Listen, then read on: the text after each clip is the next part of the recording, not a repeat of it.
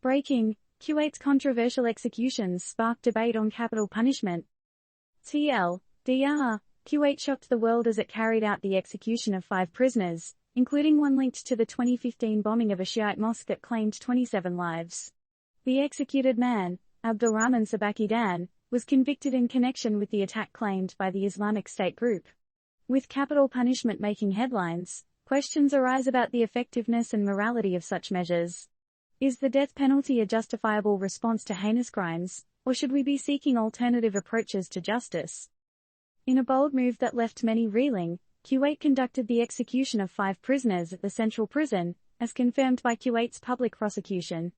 Among the executed was Abdulrahman Sabakidan, known as Saud, who was convicted of playing a role in the 2015 bombing of the Imam al-Sadiq Mosque during Friday prayers. This devastating attack, attributed to the Islamic State, resulted in the loss of 27 lives and left over 220 others injured. Prosecutors described Didan as the driver for the Saudi suicide bomber who carried out the mosque bombing. His execution reignites discussions surrounding the death penalty and its place in modern society. As a so-called Baidoon, a stateless group in Kuwait, Didan's background adds further complexity to the case. The 2015 bombing aimed to sow discord between Kuwait's Sunni and Shiite communities, but it surprisingly backfired. Instead of causing division, it fostered a sense of national solidarity not seen since Saddam Hussein's invasion in 1990. However, this execution raises questions about the use of capital punishment as a tool of justice. Many argue that the death penalty serves as a deterrent and retribution for the most heinous crimes. On the other hand, opponents view it as a form of cruel and unusual punishment that fails to address the root causes of crime. With global calls for abolishing the death penalty, Kuwait's actions have once again brought the issue into the spotlight. Question: is capital punishment an effective means of justice, or should we be seeking more humane alternatives to deal with serious crimes? Join the conversation and share your thoughts. Kuwait's execution spree is not an isolated incident, as Gulf nations have a history of carrying out executions for various crimes, including non-violent drug-related offenses. Even Saudi Arabia, a neighboring country, executed 61 people in the first half of this year alone, according to the European Saudi Organization for Human Rights.